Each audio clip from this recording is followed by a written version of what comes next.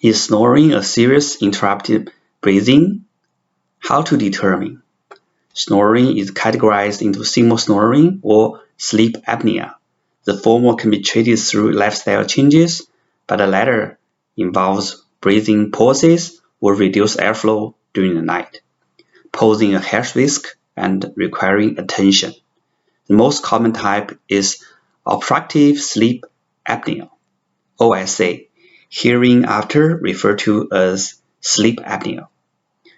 Whether snoring is sleep apnea can be roughly assessed by the following two aspects.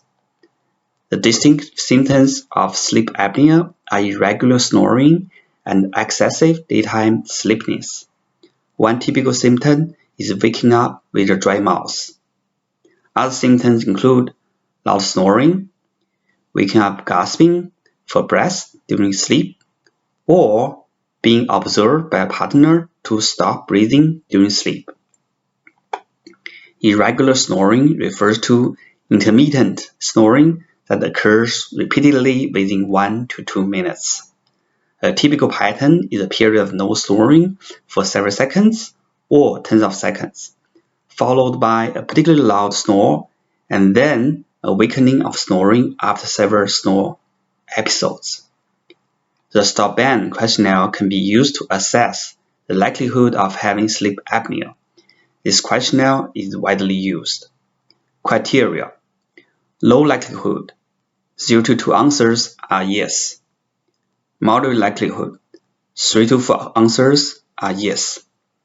High likelihood, 5 to 8 answers are yes, or 2 yes along with the yes response to question 5, 7, or 8.